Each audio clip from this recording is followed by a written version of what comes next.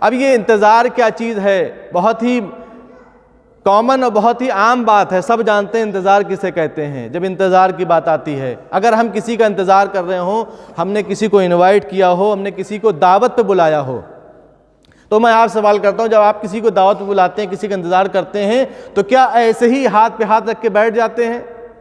کسی کو دعوت دے کر ایسے ہی ہاتھ پہ ہاتھ رکھ کے بیٹھ جاتے ہیں؟ کوئی انتظام، کوئی اہتمام، کوئی تیاری نہیں کرتے، اس کے لیے کھانے نہیں بناتے، اس کے لیے اہتمام نہیں کرتے، اس کے لیے ناشتہ نہیں بناتے؟ کیا ایسا ہوتا ہے؟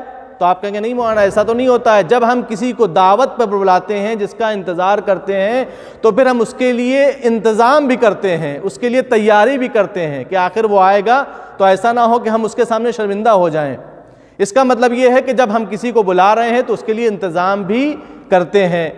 دوسرا سوال یہ ہوگا، اچھا یہ بتائیے کہ آپ سب کے لیے، جتنے بھی مہمان آپ کے آتے ہیں، سب کے لیے برابر انتظام ہوتا ہے؟ اگر کوئی چھوٹا، کوئی معمولی انسان آ رہا ہے، جاہل انسان آ رہا ہے، تو آپ اس کے لیے جو انتظام کرتے ہیں، کیا ویسے ہی انتظام اس کے لیے بھی کرتے ہیں کہ جو ایک پڑھا لکھا انسان آتا ہے، ایک پاورفل انسان آتا ہے، ایک ایجوکیٹڈ انسان آتا ہے، ایک ترقی یافتہ ایک شخصیت والا انسان آتا ہے؟ تو آپ کہیں گے نہیں، ہر انسان کا انتظام اس کی شخصیت کے اعتبار سے کرتے ہیں۔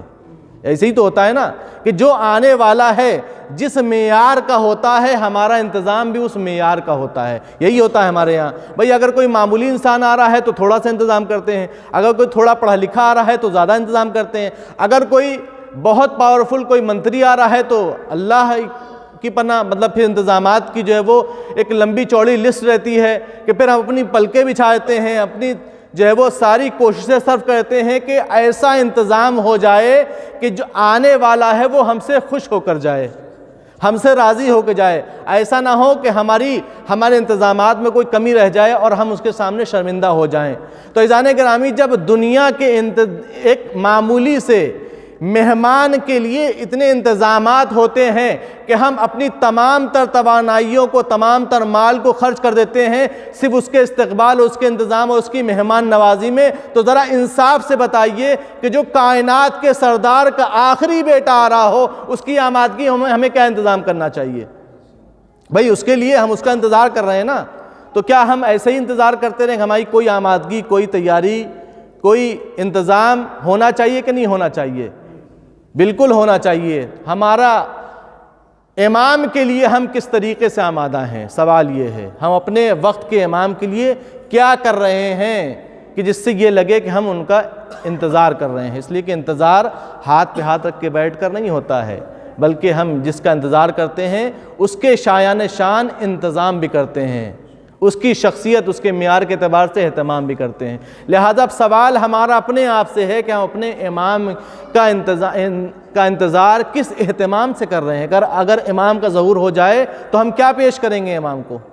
یہ سوال ہے ہمارے پاس، سب کے ذہنوں میں سوال ہوگا کہ آخر ہماری بھئی چھوٹی سی مثال ہے، شاید کسی ایک اصلاحی پہلو بھی ہے اس میں نے کہیں پر کسی جگہ اسی واٹس ایپ کے تھرو کہیں دیکھا تھا کہ اگر فرض کریے کہ ہمارے امام کا ظہور الحمدللہ پروردگار کی مصلحت سے اگر ہو جائے اور امام آنے کے بعد آ جائیں ہمارے درمیان، تو کیا ہمارا موبائل، یہ جو موبائل ہم چلاتے ہیں، کیا ہمارا موبائل اتنا پاک و پاکیزہ، اتنا محترم، اتنا پاک اور اتنا صاف ہے کہ امام ہم سے ہمارا موبائل مانگ لے تو کیا ہم دے سکتے ہیں؟ یعنی ہمارے موبائل میں اتنی صلاحیت اور ہم نے اس کو اس اعتبار سے استعمال کیا ہے کہ اس میں کوئی ایسی چیز نہیں ہے کہ جو امام کو دے سکیں۔ کیا ایسا ہم کر سکتے ہیں؟ یعنی ایک ایسا پہلو ہے کہ ایک چھوٹی سی چیز کہ جس کو ہم استعمال کر رہے ہیں کہ جب وہ اس لائق نہیں ہے کہ ہم اپنے امام کو دے سکیں، تو یہ ہمارا وجود اس لائق ہے کہ اپنے امام کی خدمت میں حاضر کر سکیں؟ کیا ہم ان سے نگاہیں ملانے کے حقدار ہیں؟ بہت ہی عظیم اور بہت ہی بڑا سبق ہے یہ کہ اگر ہم انتظار کر رہے ہیں اپنے امام کا تو ہمارا انتظار خالی بیٹھ کر انتظار نہیں ہونا چاہیے، بلکہ ہمارا عمل جو ہے ایسا ہو کہ جس کے امام کی آنے اور اس امام کی مدد کے لیے حاضر ہو۔